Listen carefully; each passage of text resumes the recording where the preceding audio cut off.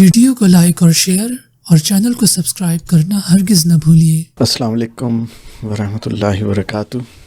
اچھا، آج کا جو ہمارا ویبینار ہے وہ اس بات پر ہے کہ بچوں کو ایک اچھا ریڈر کیسے بنایا جائے، ان میں ریڈنگ کا شوق اور ریڈنگ کا ذوق اور ریڈنگ کی مہارت کیسے پیدا کی جائے، اس پر آج ہم بات کریں گے۔ انشاءاللہ کوشش ہوگی کہ آج کچھ ہمیں سوال جواب کا موقع بھی ملے انشاءاللہ۔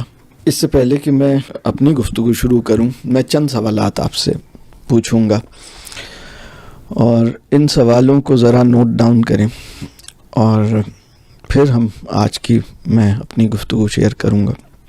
یہ بتائیے کہ آپ میں سے کتنے لوگ ہیں جنہیں اپنے اساتذہ کے پسندیدہ مصنف کا نام معلوم ہے؟ Who was the favorite author of your teacher؟ یا آپ میں سے کتنے لوگ ہیں جنہوں نے اپنے ٹیچر کی کوئی رائٹنگ خود پڑھی ہے، ان کے ہاتھ کا لکھا ہوا کوئی ٹیکسٹ، اپنے ٹیچر کے ہاتھ کا لکھا ہوا ٹیکسٹ پڑھا ہے، اپنے ٹیچر کے فیوریٹ آتھر کا نام جانتے ہیں، اپنے ٹیچر کی فیوریٹ بک انہیں پتہ ہے، یا ان کے ٹیچر نے اپنی پسند کی کسی کتاب سے کچھ انہوں نے پڑھ کر آپ کو سنایا؟ یہاں کتنے لوگ ایسے ہیں؟ اور کتنے لوگ ایسے ہیں جنہوں نے اپنے ٹیچر کی لائبریری کو دیکھا یا اپنے ٹیچر کی پرسنل کلیکشن میں جو کتابیں ہیں ان کے بارے میں جانتے ہیں، اسے دیکھا ہے، اس کا وزٹ کیا ہے؟ ایک سوال تو یہ ہو گیا۔ دوسرا سوال یہ ہے کہ یہاں کتنے لوگ ہیں جنہیں اپنے والدین کی پسندیدہ کتاب یا پسندیدہ مصنف کا نام معلوم ہے؟ اس کے بعد ایک اگلا، یعنی پہلے سوالات میں نے اساتذہ کے حوالے سے پوچھا، دوسرا سوال میں نے والدین کے حوالے سے پوچھا، والدین کی پسندیدہ کتاب، والدین کے پسندیدہ مصنف۔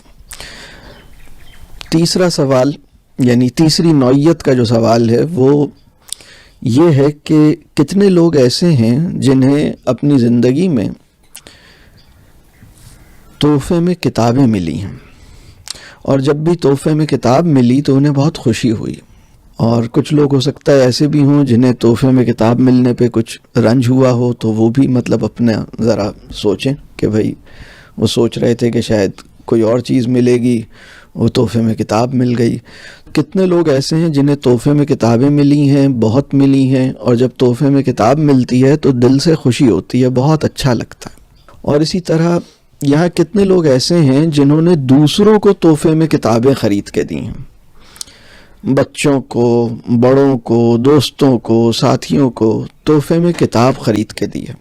یہاں کتنے لوگ ایسے ہیں جن کے گھر پہ کہیں انہوں نے اچھی کتابیں کوانٹٹی میں خرید کے رکھی ہوئی ہیں کہ اگر کوئی گھر پہ آئے، اگر کوئی مہمان آئے، کسی کے ہاں جانا ہو، کسی سے ملاقات ہو، کوئی اچھا لگے، کسی کی کوئی تحفہ دینے کا موقع ملے تو کتاب ضرور دیں گے، یا چلیں اگر کوئی اور سا تحفہ بھی دیں گے تو ساتھ میں کتاب بھی دیں گے۔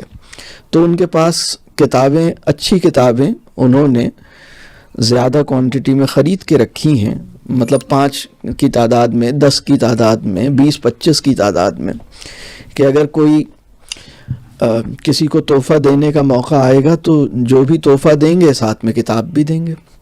تو کتابیں ان کے پاس موجود ہیں تحفے میں دینے کے لیے، وہ تحفے میں کتابیں دینا پسند کرتے ہیں، اور انہیں خود بھی تحفوں میں کتابیں ملی ہیں الحمدللہ، اور جب کتاب انہیں ملتی ہے تو انہیں دل سے خوشی ہوتی ہے۔ یہاں کتنے لوگ ایسے ہیں جنہیں اپنے متعلقین کی پسندیدہ کتابیں یا پسندیدہ مصنفوں کے نام معلوم ہیں؟ اگر آپ کے 4 دوست ہیں تو ہر دوست کی پسندیدہ کتاب کا نام معلوم ہے، اگر آپ کے بہن بھائی ہیں تو بہن بھائیوں کی پسندیدہ کتابوں کے نام معلوم ہیں، پسندیدہ مصنفین کے نام جانتے ہیں، دوسروں کے بھی پسندیدہ مصنفین اور اپنے بھی پسندیدہ مصنفین، پسندیدہ کتابیں اور ان پسندیدہ کتابوں کے اچھے تصورات، افکار، اچھے جملے، اچھی باتیں، اچھے ایگزربس، اقوال، پسندیدہ لائنز، یہ جیسے شیئر ہوتی ہیں، ٹھیک ہے۔ تو پہلے میں نے سوال کیا اساتذہ سے متعلق، پھر میں نے سوال کیا والدین سے متعلق، پھر میں نے سوال کیا تحفے تحائف سے متعلق. ٹھیک ہے، اب میں سوال کر رہا ہوں آپ کے بچے اور آپ کے طلباء، یہاں وہ لوگ جو ٹیچرز ہیں اور وہ لوگ جو پیرنٹس ہیں، اور ہو سکتا ہے کچھ لوگ ٹیچرز اور پیرنٹس دونوں ہوں. تو اب ان کی باری ہے، ان سے سوال کر رہا ہوں. ٹھیک ہے، آپ کے بچوں کو آپ کا پسندیدہ مصنف معلوم ہے؟ کیا آپ کے بچے جانتے ہیں کہ آپ کی فیوریٹ بکس کون سی ہیں؟ فیوریٹ بکس کیوں فیوریٹ بکس ہیں؟ کیا آپ کے بچوں کو یہ پتہ ہے کہ فلانی کتاب آپ کو بہت پسند ہے اور یہ اس وجہ سے پسند ہے، اس میں سب سے زیادہ پسندیدہ بات یہ ہے، اس کے اندر یہ چیز آپ کو بہت پسند ہے، فیوریٹ آتھر پسند ہے، اس کی یہ بات اس وجہ سے پسند ہے. آپ ان آتھرز اور ان کتابوں کے بارے میں بات کرتے ہیں جو آپ کے بچوں نے اور آپ کے اسٹوڈنٹس نے سنی ہے. ٹھیک ہے، اور آپ کے ٹیچرز کی پسندیدہ کتابوں کے بارے میں بھی آپ کے اسٹوڈنٹس اور آپ کے بچے جانتے ہیں. آپ کی پسندیدہ کتابوں کے بارے میں بھی آپ کے بچے اور آپ کے اسٹوڈنٹس جانتے ہیں. اور پھر آپ نے اپنی پسندیدہ کتابوں میں سے کتنا ایسا ہوتا ہے کہ آپ اس میں سے کچھ پڑھ کے سناتے ہیں، آپ کو اس میں سے کوئی واقعہ یاد آتا ہے، کبھی آپ وہ کوٹ کرتے ہیں، کبھی وہ کتاب نکال کے دیکھتے ہیں. پھر ایک اور سوال ہے پسندیدہ کتابوں سے متعلق. آپ کی پسندیدہ کتابوں کی فہرست جامد ہے یا بڑھ رہی ہے؟ مطلب آپ کے پاس بس یہ 4 پسندیدہ کتابیں ہیں، 14 سال پہلے بھی یہی 4 پسندیدہ کتابیں تھیں، آج بھی یہی 4 پسندیدہ کتابیں ہیں، ان میں اضافہ نہیں ہو رہا. تو کوئی آپ کی پسندیدہ کتابوں کی فہرست بڑھ رہی ہے یا رکی ہوئی ہے؟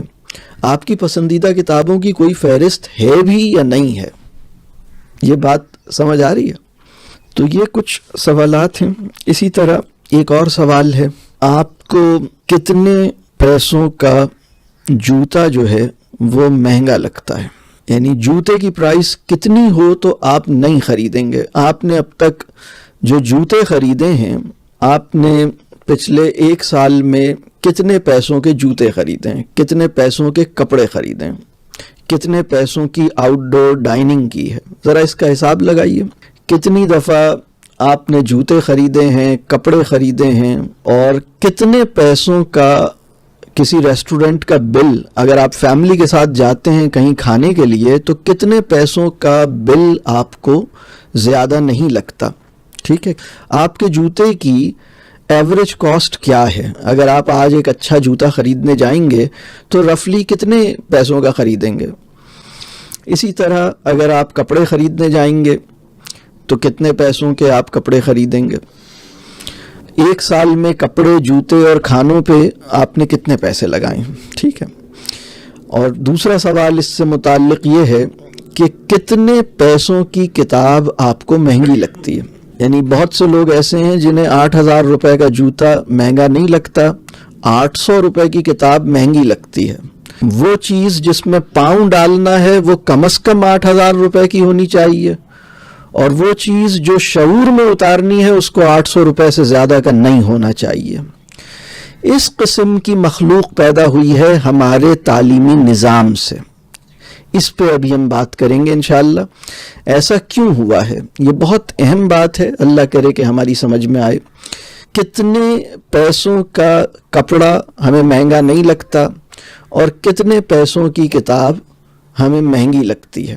تو علم کے ساتھ جو تعلق ہے، جو دوستی ہے، اور پیٹ کے ساتھ جو تعلق ہے اور جو دوستی ہے، شعور کو ہم زیادہ اہمیت دیتے ہیں یا آنتوں کو زیادہ اہمیت دیتے ہیں؟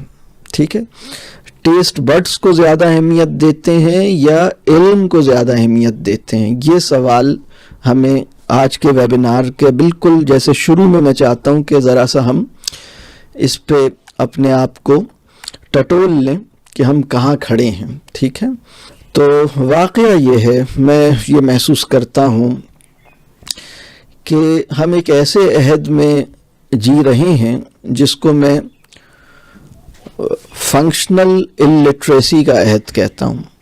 Post education الٹریٹس.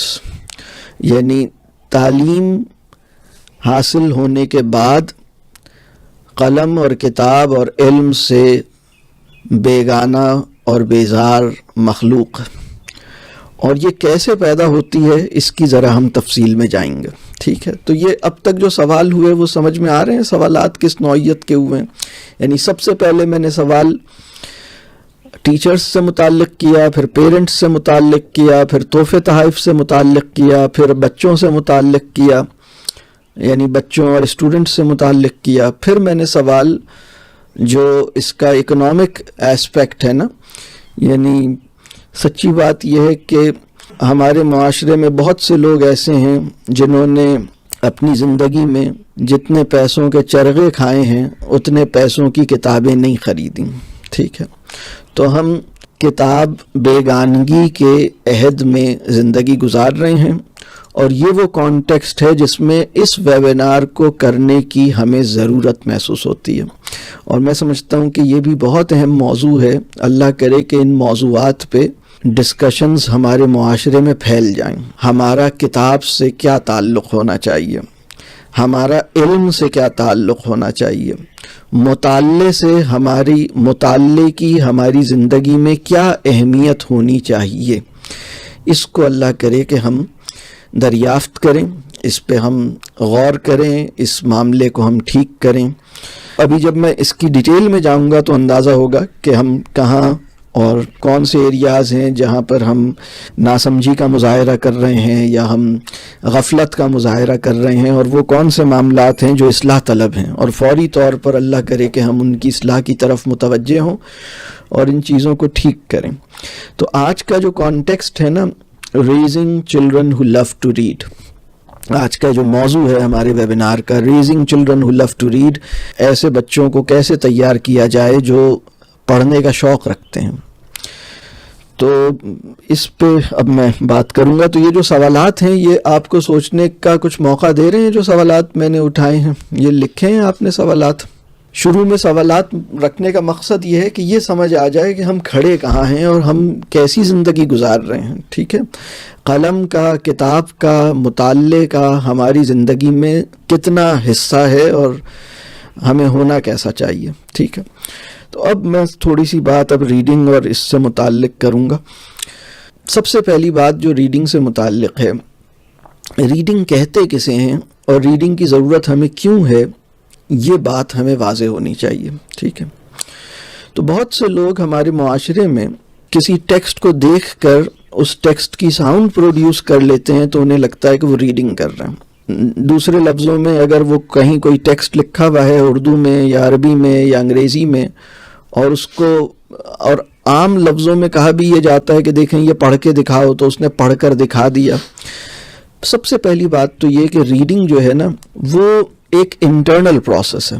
ضرورت کے تحت اس کو ہم آبزرویبل بنا سکتے ہیں کہ ٹھیک ہے ہم نے کچھ ریڈ کر کے دکھایا، لیکن اصل میں جو دکھنے والا ریڈنگ ہے، یعنی جیسے ہم اس کے لیے ہماری زبان میں ایک لفظ ہے تلاوت، ہم جیسے یا ریسیٹیشن، تو یہ جو اس کا آبزرویبل ایسپیکٹ ہے یہ اس کا چھوٹا ایسپیکٹ ہے۔ ریڈنگ کی حقیقت نہ نظر آنے والے جو پروسیس ہے اس کے اندر موجود ہے، یعنی ریڈنگ اپنی نیچر میں ایک انٹرنل اور ایک انویزیبل پروسیس ہے، اور ریڈنگ اصل میں کسی ٹیکسٹ کو بولنے کا عمل نہیں ہے۔ آپ نے ایک پیراگراف لکھا ہوا ہے اور اسے سنا دیا جائے تو ریڈنگ سنانے کا عمل نہیں ہے۔ سنانا جو ہے، اگر آپ نے ایک صفحہ لکھا ہوا ہے اور کہا کہ یہ سناؤ، تو اگر کسی نے وہ ایک صفحہ پڑھ کر سنا دیا تو ریڈنگ کا ایسنس جو ہے نا وہ سنانے کا عمل نہیں ہے، بلکہ ریڈنگ کا ایسنس جو ہے یا ریڈنگ کی جو اصل ہے وہ ہے پروسیس آف میننگ فارمیشن یا پروسیس ٹو انٹرپریٹ ٹیکسٹ، یعنی جو متن ہے اس کی تعبیر، متن کی تفہیم، متن کی مدد سے معنی کی تشکیل۔ آپ نے ایک ٹیکسٹ دیکھا اور آپ کے ذہن میں ایک معنی پیدا ہوئے، ٹھیک ہے؟ اس کے نتیجے میں شعور کو کوئی فائدہ ہوا یا شعور نے اس کا کوئی اثر قبول کیا، وہ پھر ایک الگ بات ہے، لیکن اگر معنی پیدا کرنے کے عمل کو ریڈنگ سے خارج کر دیا جائے تو ریڈنگ کے کوئی معنی نہیں ہے. یہ آپ سمجھ لیں گے. Reading has no sense if it is not for meaning formation, if it is not for the interpretation of text. کہہ لیجئے یہ جو ذہن کے اندر جو ٹیکسٹ سے جو پرسیپشن ہے نا وہ اگر نہیں پیدا ہو رہا اور آپ صرف اس کو سنا رہے ہیں تو یہ ریڈنگ جو ہے نا یہ اصل میں ریڈنگ کے ایسنس سے خالی ہے. یہ بات سمجھ آ رہی ہے؟ یعنی ریڈنگ جو ہے وہ ایک انٹرنل پروسیس ہے. مثال کے طور پر اگر ایک بچہ کسی ٹیکسٹ کو بول کے نہیں سنا رہا لیکن اس کو دیکھتا ہے اور اس کا جو میسج ہے وہ پک کر لیتا ہے, اس ٹیکسٹ میں کیا کہا گیا وہ سمجھ لیتا ہے, یہ ٹیکسٹ اس سے کیا چاہتا ہے اس بات تک پہنچ جاتا ہے, الحمدللہ. تو اس کا مطلب ہے کہ ریڈنگ ہو رہی ہے. لیکن اگر میں کہوں کہ بھئی اس میں کیا لکھا ہے مجھے پڑھ کر سناؤ, تو یہ جو سنانے کی بات ہے نا یا سنانے کی ضد ہے, ریڈنگ کا اصل معاملہ اس سے تعلق نہیں رکھتا. ریڈنگ بنیادی طور پر جیسے میں نے کہا کہ انٹرپریٹیشن آف ٹیکسٹ ہے, ٹھیک ہے.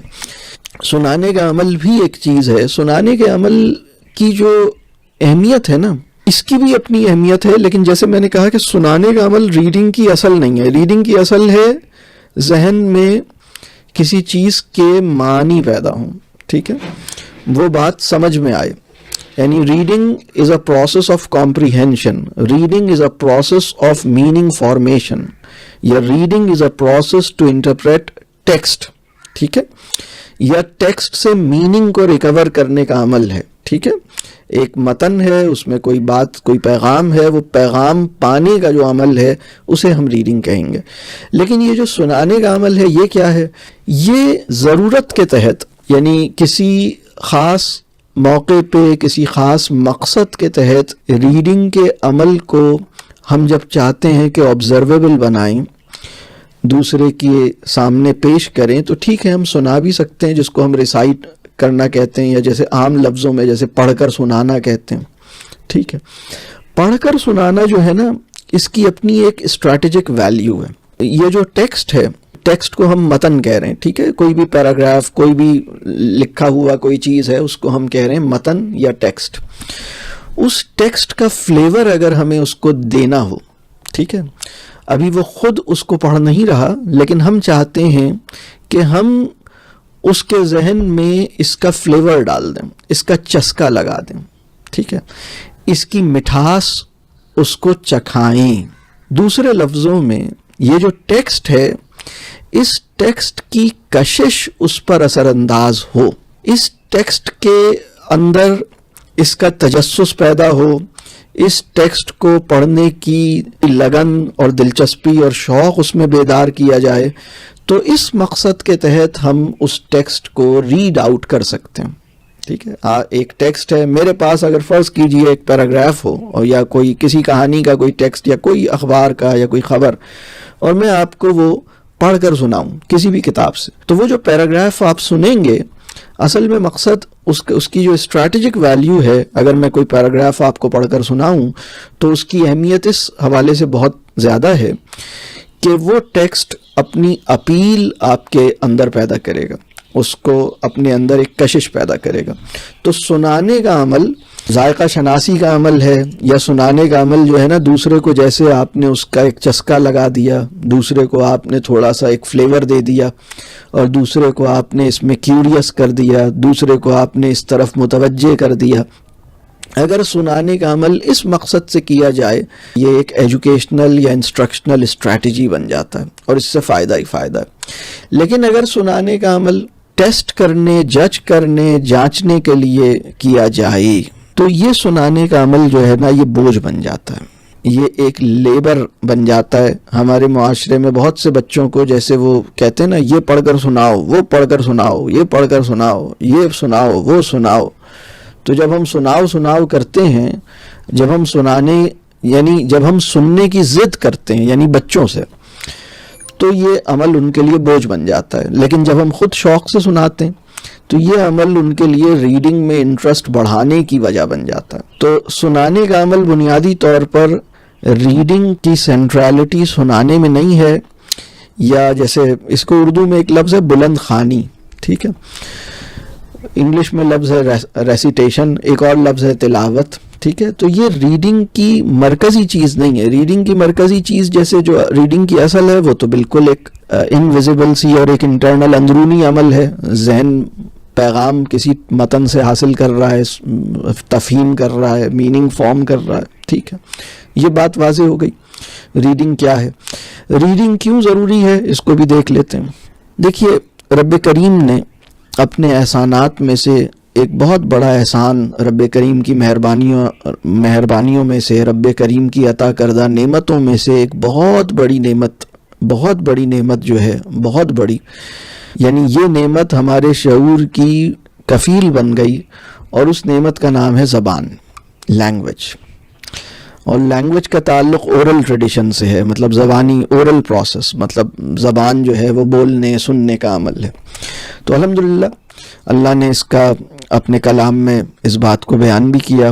علمہ البیان، وہ ہے جس نے تمہیں بولنا سکھایا، ٹھیک ہے. تو بولنا جو ہے وہ اللہ نے بولنا سکھایا، اللہ نے ہمیں زبان عطا کی. اور آپ کتنی زبردست ایک معجزہ ہے، زبان خود اللہ کا ایک معجزہ ہے. دنیا کے اندر 7,000 سے زیادہ زبانیں پیدا ہوئیں، ٹھیک ہے. تو یہ اللہ کا ایک بڑا معجزہ ہے. بہت ساری زبانیں ختم ہو گئیں، لیکن ابھی بھی کوئی 1200 سے زیادہ زبانیں دنیا میں ایگزسٹ کرتی ہیں، لیکن 7,000 زبانیں دنیا میں پیدا ہوئیں. اور اس کے بعد جو دوسرا اللہ نے ہم پر ایک اور احسان فرمایا وہ ہے علمہ بالقلم. اللہ نے ہمیں قلم کے ذریعے سکھایا، ٹھیک ہے. اللہ نے ہمیں قلم کے ذریعے سکھایا کا مطلب کیا ہے؟ ہم سے پہلے کے معاشروں میں لوگوں نے جو کچھ بھی کیا، انہوں نے اپنا فہم جو ہے اس کو کہیں کاغذ پہ اتارا، ٹیکسٹ کی شکل میں، بکس کی شکل میں وہ محفوظ ہوا. اللہ نے اپنا کلام جو ہے وہ نازل فرمایا اور اس کا انتظام کیا کہ اللہ کا کلام بھی کتاب کی شکل میں، یعنی ایک اللہ نے اپنی کتاب اتاری جو لوح محفوظ میں تھی. اور پھر رب کریم کا ایک اور احسان یہ ہے کہ ہم لوگوں کے لیے یہ کتاب کاغذ کے اوپر بھی یا جس بھی فارم میں ہمارے پاس الحمدللہ ایگزسٹ کرتی ہے نا، ایک بک فارم میں، یعنی جو ہمارے لیے بھی یہ موجود ہے. اور پھر بہت سارے اسکالرز، بہت سارے لوگوں نے اپنا علم، اپنا تجربہ وہ بھی کتابوں کی شکل میں موجود ہے. تو اللہ کی کتاب جسے ہم ام الکتاب کہتے ہیں، اور انسانوں کے ہاتھوں کی لکھی ہوئی کتابیں اور ایسی بہت ساری کتابیں چونکہ موجود ہیں، تو اب یہ بہت بڑا ٹریجر ہے، بہت بڑا علم کا خزانہ ہے. اور اللہ کی مہربانی یہ ہے کہ اس نے انسانوں کو یہ جو علم محفوظ ہوا ہے کتابوں کی شکل میں، جو کہ قلم کے ذریعے سے محفوظ ہوا ہے، یعنی اس کو لکھا گیا ہے، تو اس کے ذریعے بھی انسانوں کی تعلیم اور انسانوں کے سیکھنے کا ایک انتظام پیدا کیا. یہ بہت بڑی بات ہے. اب ایک اور چیز جو اب اس میں سمجھنے کی ہے کہ جب ہم اسکول میں، کالج میں، یونیورسٹی میں جاتے ہیں یا مدرسے میں جاتے ہیں تو اس کا ایک ٹینیور ہوتا ہے، وہ 5 سال میں، 10 سال میں، 12 سال میں، 15 سال میں ختم ہو جاتا ہے. یہ جو ہماری فارمل ایجوکیشن کا جو پورا جرنی ہے، سفر ہے، یہ 10 12 15 سال میں اس کو ایک دن اینڈ ہو جانا ہوتا ہے نا. مطلب ایک دن یہ آپ مطلب ایک دن تو یونیورسٹی کہتی ہے نا کہ بھائی خدا کے لیے اب چلے جاؤ، اب مزید مت آؤ، اب تم ہو گئے جو تمہیں ہونا تھا. یا اسکول بھی کہتا ہے یار بس بہت ہو گئی، اب آپ نے پڑھ لیا. مدرسہ بھی ایک دن کہتا ہے بھائی اب آپ فارغ ہو جائیں، اب آپ چلے جائیں.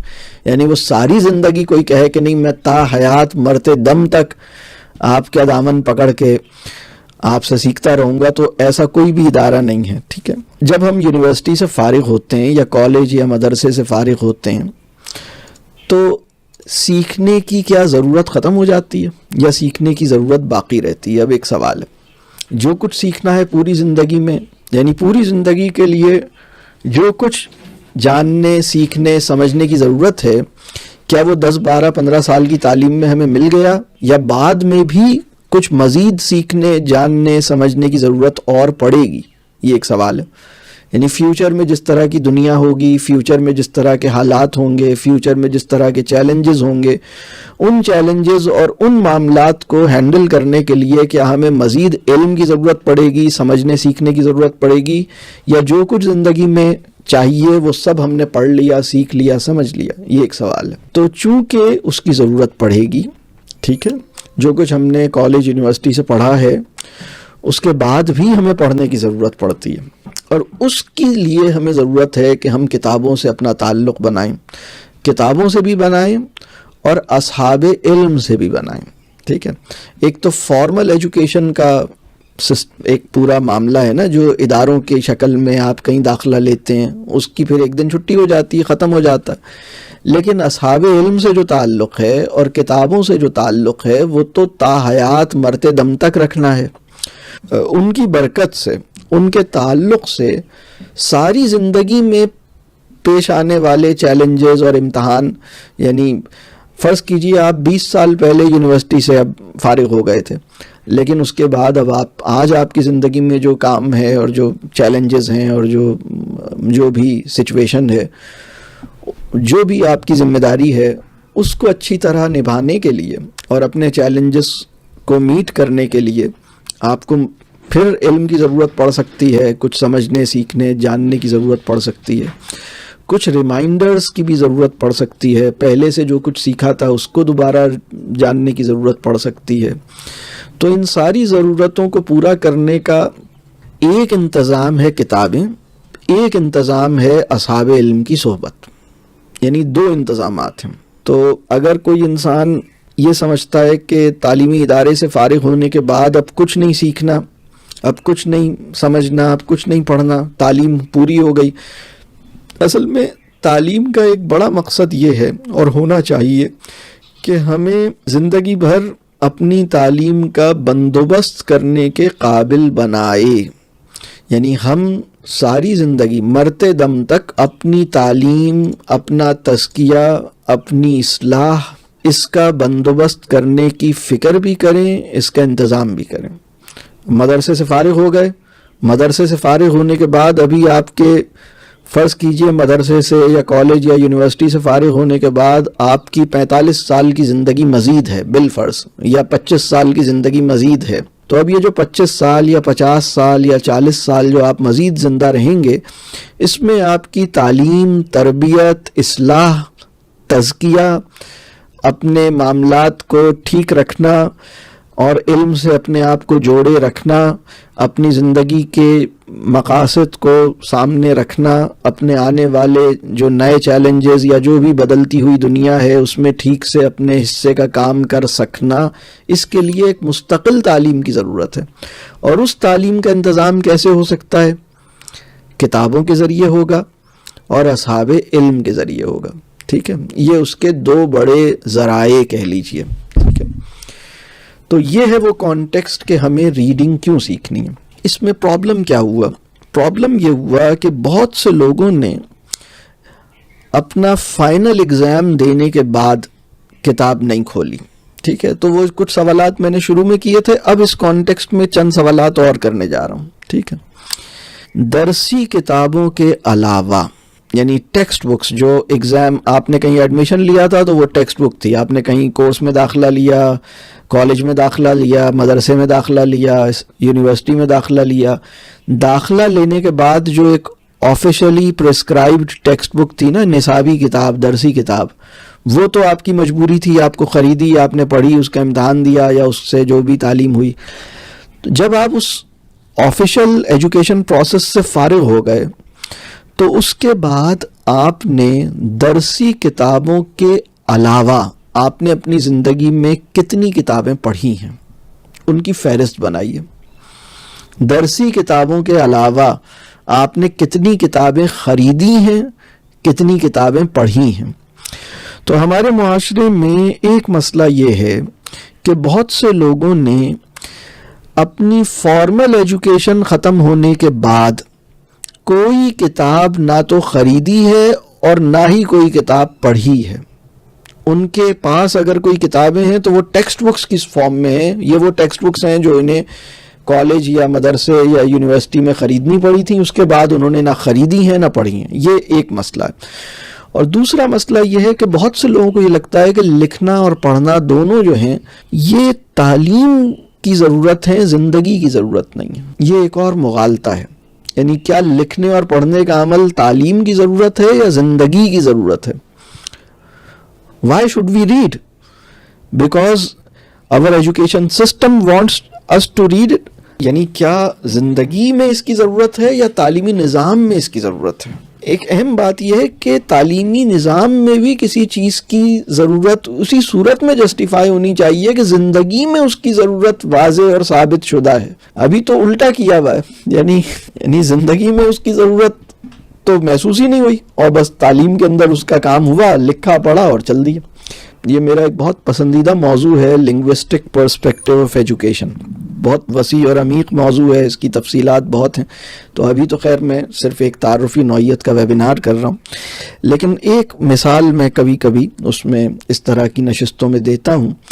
یہ فرض کیجئے کہ دو ضعیف لوگ ہیں اور دونوں ضعیف حضرات کے منہ میں دانت نہیں ہیں اور پچھلے 40 سال سے ان کے منہ میں دانت نہیں ہیں اور وہ بغیر دانت کے زندگی گزار رہے ہیں. وہ ظاہر سی بات ہے دانت نہیں ہے تو وہ بس دلیا کھاتے ہیں بہت ہی پتلا سا اور سوپ پیتے ہیں اور ساری زندگی اسی پہ زندگی گزار رہے ہیں. تو ان کو کسی نے کہا کہ بھائی تم دانت کیوں نہیں لگوا لیتے، دانت لگوا لو، دانت لگوا لو گے تو پھر یہ تم پھر اور چیزیں بھی کھا لو گے. ایک بندے نے راضی ہو گیا ان دو ضعیف لوگوں میں سے اور اس نے 6 مہینے کے تکلیف دہ پروسیس کے بعد اور لاکھوں روپے کے خرچے کے بعد اپنے منہ میں دانت لگوا لیا. تو بہت تکلیف دہ پروسیس تھا، بہت لمبا پروسیس تھا، بہت ٹائم ٹیکنگ تھا اور بہت ایکسپینسو پروسیس تھا اور دانت لگوا لیے.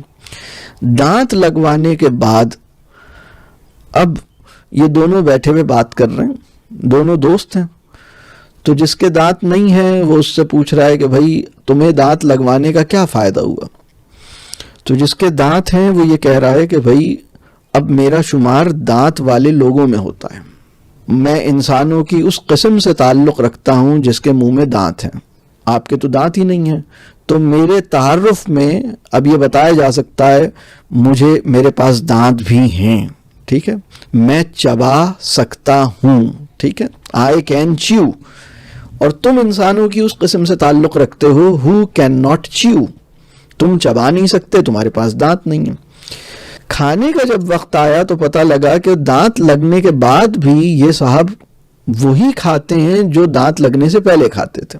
یعنی وہی دلیا، وہی سوپ، گزارا اسی پہ کرتے ہیں.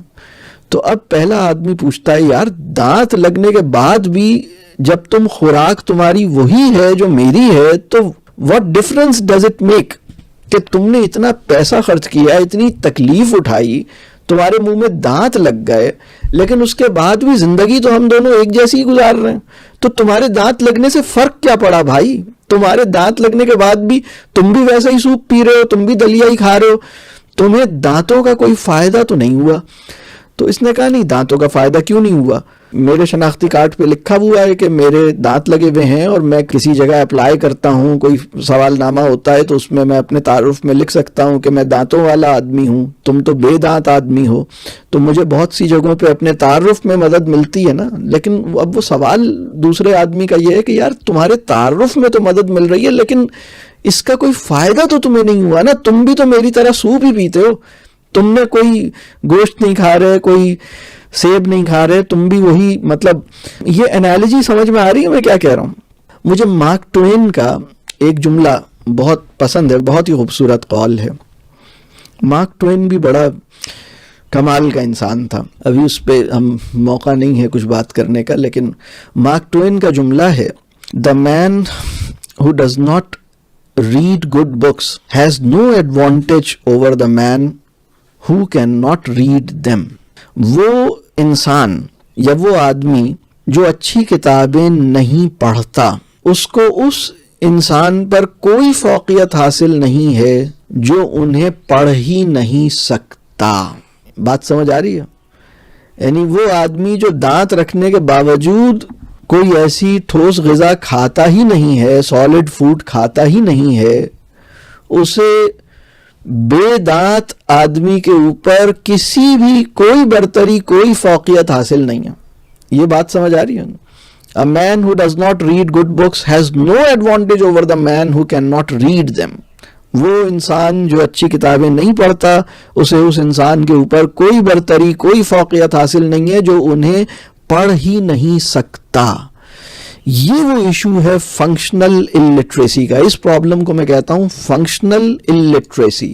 فنکشنل الٹریسی کیا ہے اس کو بھی سمجھ لیں. ایک لفظ ہے لٹریٹ یا لٹریسی, خواندگی اسے ہم اردو میں کہتے ہیں, خواندہ اسے کہتے ہیں.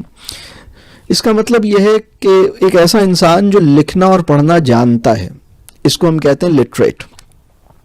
فنکشنل الٹریسی کہتے ہیں ایک ایسا آدمی جو لکھنا پڑھنا جانتا ہے لیکن لکھنا پڑھنا چاہتا نہیں ہے.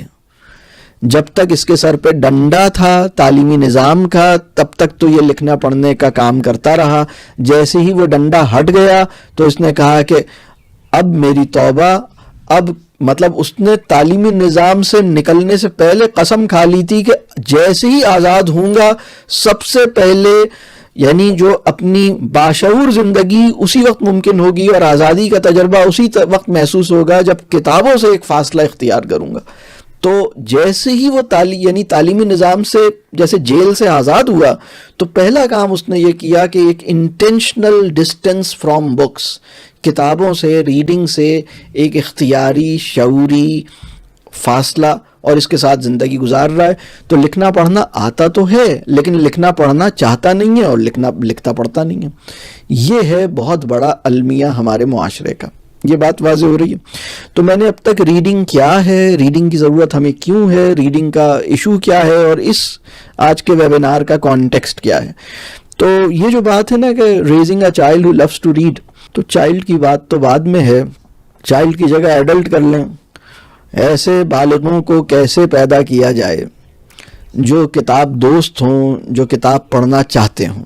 ٹھیک ہے, تو جیسے میں نے کہا کہ درسی کتابوں کے علاوہ کوئی کتاب خریدی اور پڑھی, یہ بہت اہم سوال ہے. بہت سے لوگوں کو تو یہ لگتا تھا کہ لکھنے پڑھنے کا عمل آزاد آدمی تو کرے گا ہی نہیں, کر ہی نہیں سکتا, یہ تو صرف مجبوروں اور بے بسوں کی زندگی کی علامت ہے. مجھے ایسا لگتا ہے کہ ہمارے تعلیمی نظام میں جتنے بچے اندر جکڑے ہوئے ہیں نا, ان میں بہت بڑی تعداد ایسی ہے جو یہ سوچتی ہوگی کیا کوئی دنیا میں ایسا انسان بھی ہو سکتا ہے جو خوشی سے اپنی آزادی سے کے احساس کے ساتھ خود سے اور خوشی سے یہ لکھنے پڑھنے کا عمل کرے. مطلب یہ تو وہ کام ہے جو انتہائی مجبوری اور کوفت کے ساتھ ہی انسان کو مجبوری میں کرنا پڑتا ہے, نہیں تو آزاد آدمی اور ذی شعور آدمی تو کبھی بھی ایسا نہیں کرنا چاہے گا. یعنی یہ حال ہے کہ ہمارے معاشرے میں وہ لوگ جو تعلیمی نظام سے نکلتے ہیں وہ لکھنا پڑھنا سیکھ تو جاتے ہیں لیکن وہ اپنی زندگی میں لکھنا پڑھنا چاہتے نہیں ہیں. یہ میری بات سمجھ آ رہی؟ تو ریڈنگ سے متعلق 3 بنیادی لفظ ہیں جو میں چاہتا ہوں کہ آج کے ویبینار میں جو بہت اہم بات ہے نا, وہ 3 بنیادی الفاظ ہیں یا 3 بنیادی کہہ لیجئے اس کی جہتیں ہیں یا ڈائمنشنز ہیں جو میں 3 لفظوں سے واضح کروں گا. ایک چیز تو یہ ہے کہ ریڈنگ ایک اسکل ہے, ٹھیک ہے, مہارت ہے. اس کی اپنی تفصیل ہے. ریڈنگ مہارت ہے کا مطلب کیا ہے؟ مطلب جیسے میں نے تصور ریڈنگ کے بارے میں بات کی کہ یہ ٹیکسٹ سے معنی کو اخذ کرنے کی قابلیت ہے, یا جیسے میننگ فارمیشن یا جیسے میسج کو لینے والی بات ہے, ٹھیک ہے. لیکن اب اس کی اسکلز ہیں. اسکلز یعنی ریڈنگ ایک اسکل بھی ہے, اور اس کی اپنی کچھ تفصیلات ہیں کہ وہ ریڈنگ کے اندر کون کون سی اسکلز مزید اس کی جب ہم بریک اپ کرتے ہیں تو کیا کیا آ جاتا ہے, وہ ابھی میں اس کی ڈیٹیل میں ابھی فی الحال نہیں جا رہا. تو ایک تو ہے مہارت, ٹھیک ہے. دوسری جہت جو ہے نا وہ ہے ریڈنگ جو ہے وہ اس کا شوق. یعنی اگر میں یہ کہوں کہ بحیثیت معلم, یعنی اگر آپ ٹیچر ہیں یا مینٹور ہیں یا پیرنٹ ہیں, آپ کی اولاد اور آپ کے طلبہ ان سب کے اندر ریڈنگ سے متعلق 3 چیزیں ہونی چاہیے, اور آپ کے اپنے اندر بھی ریڈنگ سے متعلق 3 چیزیں ہونی چاہیے. تو پہلی تو ہے کہ ریڈنگ ایز اے اسکل الحمدللہ آپ کے پاس ہے. دوسری ہے ریڈنگ کا انٹرسٹ آپ کے اندر ہے, ٹھیک ہے, ریڈنگ کا شوق ہے آپ کے اندر, یا بلکہ انٹرسٹ سے بھی زیادہ اچھا لفظ ہے لو. ریڈنگ کا کی ریڈنگ کا ایک شوق ہے، محبت ہے، ٹھیک ہے. اور تیسری بات جو ہے نا وہ ہے ریڈنگ کا ذوق ہے. اس کو انگریزی میں کہہ لیجئے ٹیسٹ ہے. یعنی تو یہ تین جہتیں ہیں، مطلب یعنی ریڈنگ آتی ہے، ریڈنگ کی صلاحیت ہے. اور ریڈنگ آتی ہے کا مطلب یہ ہے کہ آپ صرف کسی ٹیکسٹ کو سناتے نہیں ہیں بلکہ سمجھتے بھی ہیں. یعنی ریڈنگ سے میری مراد کوئی ایسا ناٹک جس میں تفہیم شامل نہیں ہے، اس کو میں ریڈنگ نہیں کہہ سکتا، ٹھیک ہے. بلکہ اگر یہ کہا جائے کیا یہ ممکن ہے کہ کوئی صاحب سنا تو رہے ہوں اور سمجھ نہ رہے ہوں؟ اب چلے میں آپ سے سوال کرتا ہوں، کیا یہ ممکن ہے کہ میں کوئی پیسج کسی کو دوں، ایک نثر پارہ دوں، ایک سبق دوں، ایک ٹیکسٹ دوں، ایک صفحے پہ لکھی ہوئی کوئی عبارت ہے، ایک صاحب اسے پڑھ کر تو سنا رہے ہوں اور سمجھ کچھ بھی نہ آ رہا ہو، کچھ پلے نہ پڑ رہا ہو کہ اس میں لکھا ہوا کیا ہے، اس کا مدعا کلام کیا ہے، اس کا پیغام کیا ہے، اس میں بات کیا ہے، اس کو کچھ نہ سمجھ پائیں؟ کیا یہ ممکن ہے؟ سوال ہے میرا.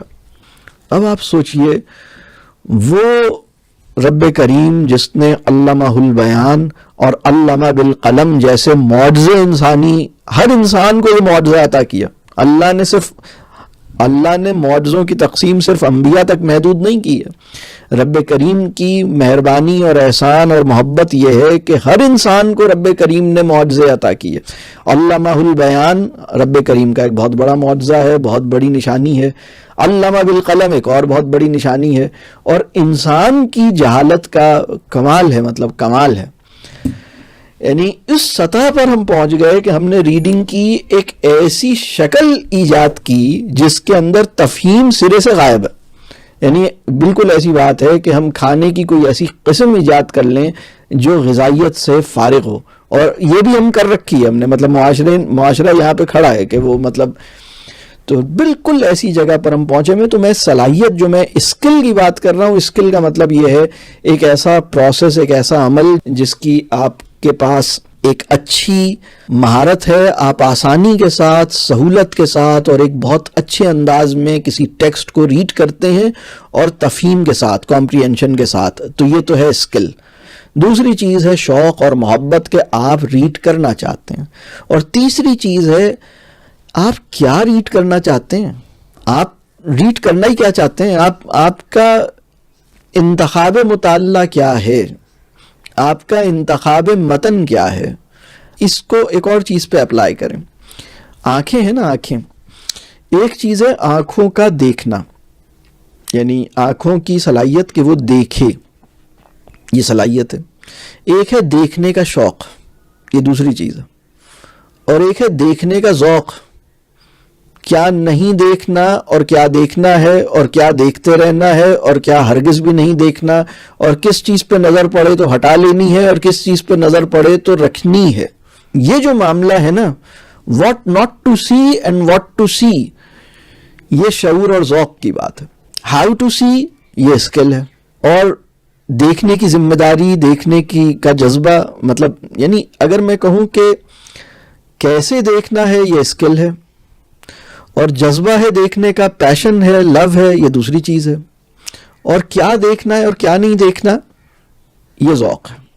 بالکل اسی طرح ریڈنگ سے متعلق بات اس وقت مکمل ہوگی جب یہ تینوں پہلو ہمارے سامنے آئیں گے. میں یہ چاہتا ہوں، دیکھیے میری خواہش یہ ہوتی ہے جو لوگ سے پرانا واقف ہیں انہیں تو اب یہ تکلیف محسوس نہیں ہوتی ہوگی، جو نئے نئے شامل ہوتے ہیں وہ پریشان ہوتے ہوں گے کہ سلمان صاحب کو مسئلہ کیا ہے، کہ ایک بات ہے چھوٹی سی، اس کی اتنی ساری جہتیں کیوں نکال کے دکھا رہے ہیں. ہو سکتا ہے کوئی یہ سوال کرے، لیکن میں یہ چاہتا ہوں کہ یہ بات ہم سمجھیں کہ ریڈنگ سے متعلق ایک چیز ہے کہ ہم بچوں کو ان کے اندر یہ اسکل ڈیولپ کریں. اور جب میں اس اسکل کے ڈیولپ کرنے کی بات کر رہا ہوں تو اس کا مطلب ہے کہ میننگ فارمیشن کا پروسیس اس کے اندر انکلوسیو ہے.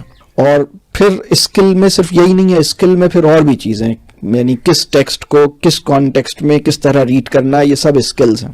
اسکلز کی بھی اپنی ڈیٹیلز ہیں. دوسرا ہے کہ ایک ایسا پیشن، ایک ایسا ریڈنگ کا لو آف ریڈنگ یا پیشن آف ریڈنگ جو کہ سسٹینیبل ہو، جو کہ irreversible پیشن ہو. یہ بات سمجھ آ رہی؟ یہ ایک دوسری بات. اور ایک تیسری بات یہ ہے کہ پڑھنا کیا ہے. ہر وہ چیز جو لکھی ہوئی ہے کیا وہ پڑھنے کے قابل ہے؟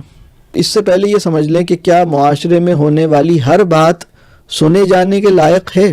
آپ کا کیا خیال ہے؟ یہ بات سمجھ آ رہی ہے؟ میرا سوال سمجھ میں آ رہا ہے؟ کیا معاشرے میں ہونے والی ہر بات سنے جانے کے لائق ہے؟ اگر معاشرے میں ہونے والی ہر بات سنے جانے کے لائق نہیں ہے تو بالکل ایسا ہی پڑھنے سے متعلق بھی ہے. تو ہم خرافات نہ پڑھیں، ہم کوئی اچھی چیز پڑھیں، ٹھیک ہے، کوئی نافع اور طیب چیز پڑھیں. تو یہ ہے ٹیسٹ. تو ایک ہے اسکل، ایک ہے پیشن، ایک ہے ٹیسٹ، یا ایک ہے اسکل، ایک ہے انٹرسٹ یا لو، اور ایک ہے ٹیسٹ. ٹھیک ہے، یہ تین باتیں ہیں جو ریڈنگ سے متعلق سمجھنی. میں اپنی اگلی بات پہ جاتا ہوں. دیکھیے اس میں جو سمجھنے کی بات ہے وہ یہ ہے کہ وہ انسان جو کسی بچے کو کتاب اور مطالعہ یا ریڈنگ اس کے تعارف کی پہلی وجہ بنے گا، وہ ان تینوں چیزوں میں سب سے زیادہ کنٹریبیوٹ کرنے کی صلاحیت رکھتا ہے. اور بہت سے لوگ یہ ہو سکتا ہے سوچ رہے ہوں کہ شاید پہلے ہمیں اسکل پیدا کرنی ہے، بعد میں انٹرسٹ پیدا کریں گے، اور پھر بعد میں کبھی ٹیسٹ پیدا کریں گے. تو ٹیسٹ کے معاملے میں تو ٹھیک ہے کہ وقت کے ساتھ ساتھ پیدا ہوگا، لیکن جو انٹرسٹ اور پیشن ہے نا، مطلب لو آف ریڈنگ اور اسکل آف ریڈنگ، یہ ون بائی ون نہیں آئے گی، بلکہ لو آف ریڈنگ کو سامنے رکھتے ہوئے اسکل آف ریڈنگ سکھانی ہوگی. تو اب پرابلم کیا ہوا؟ بہت سی جگہوں پہ پرابلم یہ ہوا کہ لوگوں نے اسکل آف ریڈنگ کو لو آف ریڈنگ پہ فوقیت دی، اور لو آف ریڈنگ کو ٹیسٹ آف ریڈنگ پہ فوقیت دی.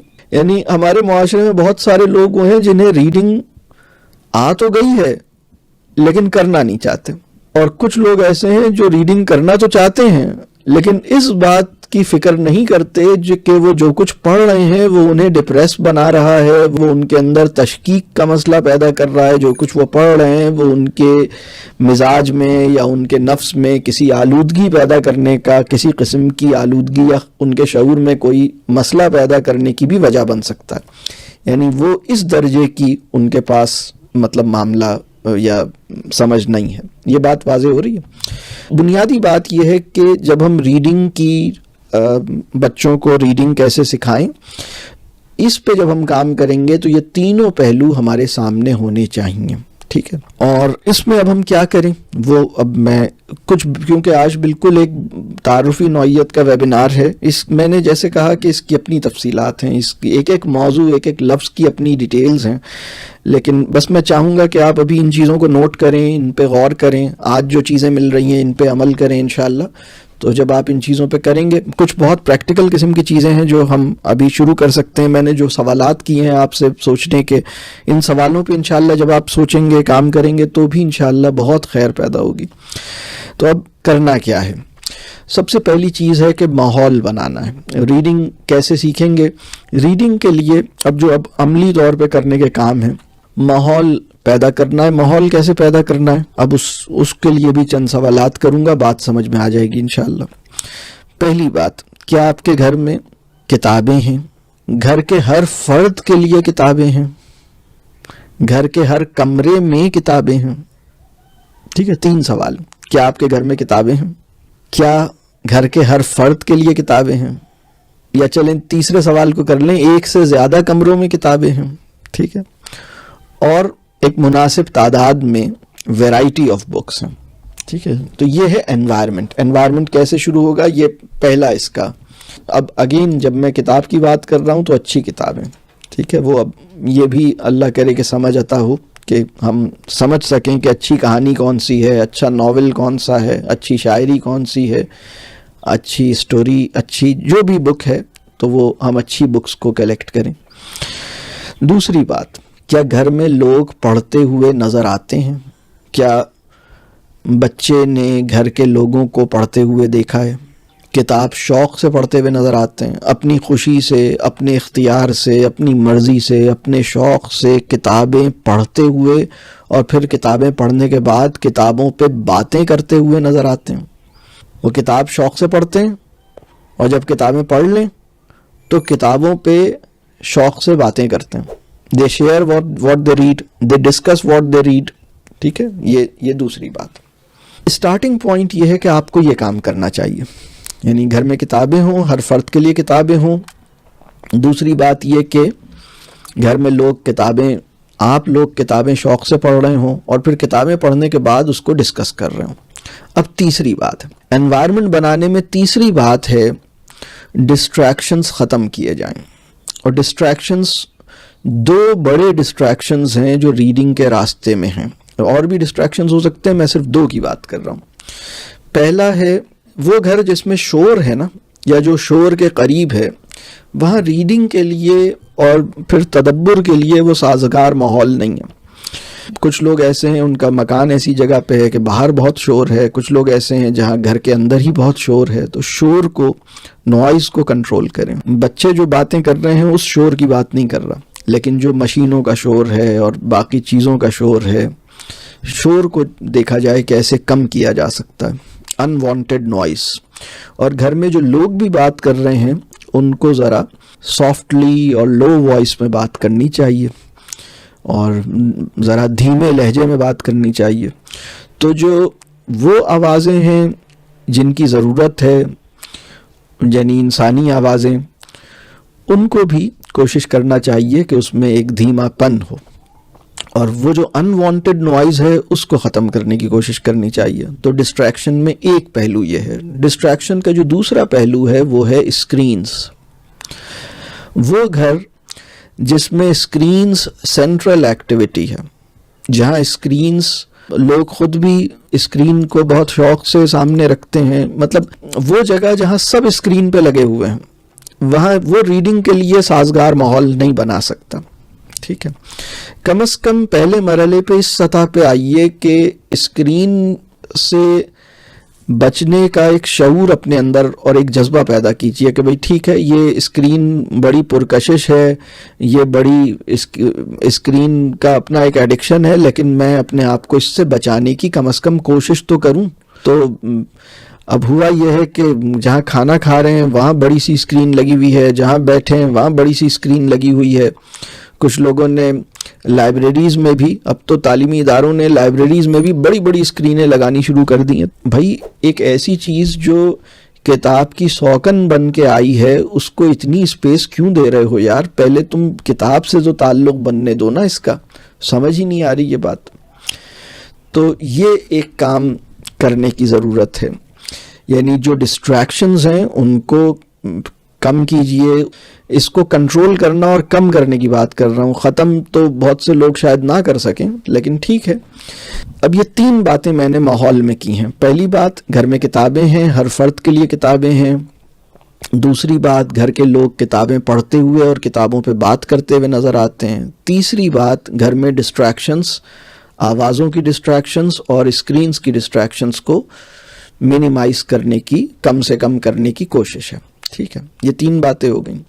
چوتھی بات، انوائرمنٹ کے اندر بچوں کے آئی لیول کے اوپر، ٹھیک ہے، رائٹنگ بورڈز دیواروں پہ لگائیے. اور یہ بھی آپ ایک سے زیادہ لگا سکتے ہیں، اور اس کو بھی آپ بڑے سائز کا لگائیے. مطلب بڑے سائز، یہ چھوٹا سا رائٹنگ بورڈ نہیں بلکہ بڑے سائز کا رائٹنگ بورڈ. آؤٹ ڈور بھی لگا سکتے ہیں، انڈور بھی لگا سکتے ہیں. آؤٹ ڈور آپ چوک والا لگا سکتے ہیں، انڈور آپ مارکر والا لگا سکتے ہیں، بورڈ مارکر والا. ٹھیک ہے، اور وہاں پر بھی آپ کبھی کوئی جملہ لکھ دیتے ہیں، کبھی کوئی سوال لکھ دیتے ہیں، کبھی کوئی شعر لکھ دیتے ہیں، کبھی کوئی لفظ لکھ دیتے ہیں. ٹھیک ہے، تو یہ بھی آپ سمجھیے کہ گھر کے ماحول میں پرنٹ انوائرمنٹ کو آپٹیمائز کر رہے ہیں. جو فزیکل اسپیسز ہیں، جو ورٹیکل اسپیسز ہیں، وہاں پر ٹیکسٹ کو یعنی ویزیبل کر رہے ہیں. ٹھیک ہے، اور یہ ایک بہت مفید کام ہے. ٹھیک ہے، تو یہ چوتھی چیز ہو گئی. تو یہ چار چیزیں تو جیسے بالکل ایک بیسک سی ہیں، آپ ریڈنگ کے حوالے سے کر سکتے ہیں. اب ہم آتے ہیں میتھڈالوجی کی طرف. ریڈنگ کیسے ہم انٹروڈیوس کریں؟ دیکھیے، ہر بچہ جب دنیا میں آتا ہے نا تو میننگ فارمیشن کا پروسیس اس کے اندر چل رہا ہوتا ہے. وہ جو کچھ بھی دیکھتا ہے، یہ کیا ہے، یہ کیوں ہے، یہ والے سوالات ہم اس کے ذہن میں ڈالتے ہیں یا اس کے ذہن میں پہلے سے ہوتے ہیں. کچھ بھی وہ دیکھتا ہے، چھوٹا سا بچہ ہے، کچھ بھی دیکھتا ہے، وہ یہ سوال کرتا ہے کیا ہے، کیوں ہے، کیا ہے، کیوں ہے. آپ نے دیکھا ہے بچوں کے اندر یہ سوال، خود ہی کر رہے ہوتے ہیں. ابھی ریڈنگ کی بات ہی نہیں, ابھی کتاب کی بات ہی نہیں, ابھی وہ اپنی دنیا میں ہر چیز کو کیا ہے کیوں ہے.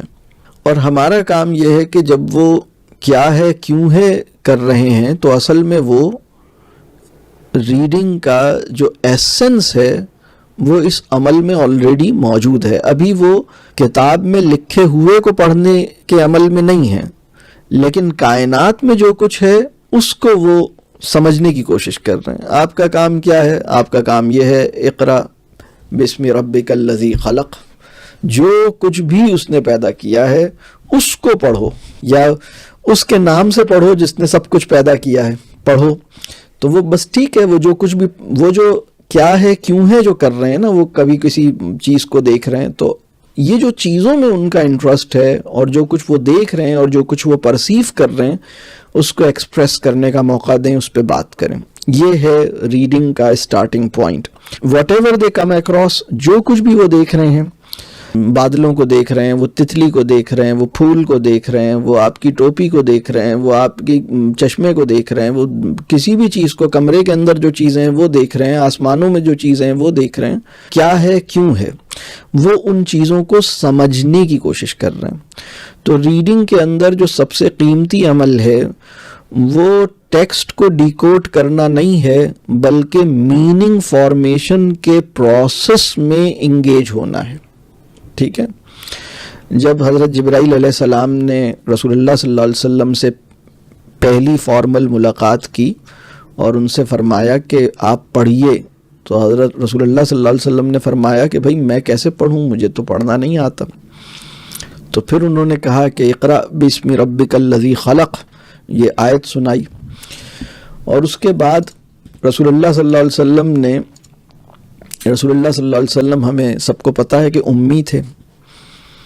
رسول اللہ صلی اللہ علیہ وسلم نے آج کے معنوں میں جس طرح لٹریسی کہی جاتی ہے, لکھنا پڑھنا, وہ تو عمل نہیں کیا.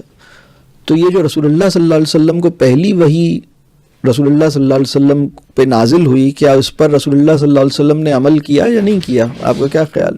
پہلی فارمل آفیشل کمیونیکیشن اللہ نے اپنے خاص فرشتے کے ذریعے رسول اللہ صلی اللہ علیہ وسلم کو جو پیغام بھیجا اور جو ہدایت دی, پڑھیے اپنے رب کے نام سے, تو کیا اس ہدایت پر عمل کیا ہوگا یا نہیں کیا ہوگا؟ یہ سمجھنے کی بات ہے.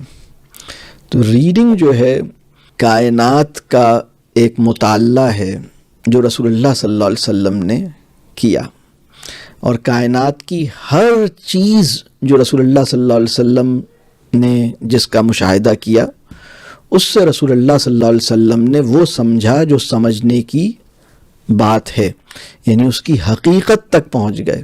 ٹھیک ہے. یہ میننگ فارمیشن کا پروسیس ہے. جب بچہ دنیا میں آتا ہے تو بچہ بھی اسی چیز کی صلاحیت کے ساتھ دنیا میں آتا ہے. یہ بات سمجھ آ رہی ہے؟ ایسا نہیں ہے کہ بچہ یہ کام نہیں کرتا.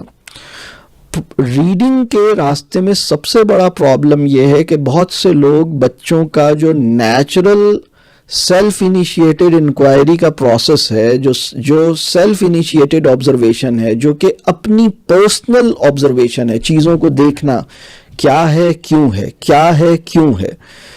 ہم بچوں کے ساتھ جو ظلم کرتے ہیں, اور یہ میں بات عرض کر رہا ہوں کہ چند مہینوں کے بچے اور چند سالوں کے بچے کو, کہ ہم اس کی مشاہدے کی دنیا کو بند کر کے کسی ایک دو چیزوں پر ہم جیسے اس کی طرف لاتے ہیں اور اس میں ہم بہت سی زیادتیاں کرتے ہیں.